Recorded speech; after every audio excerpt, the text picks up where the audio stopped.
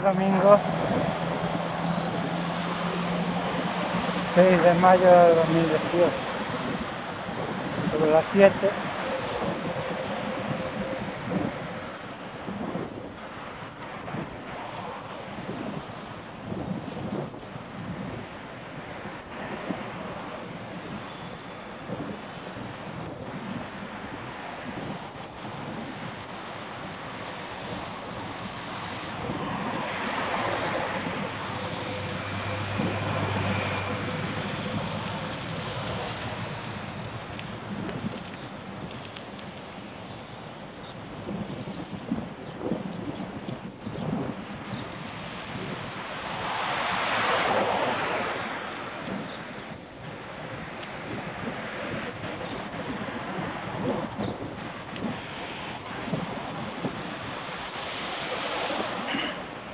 Casa de turismo de Mos.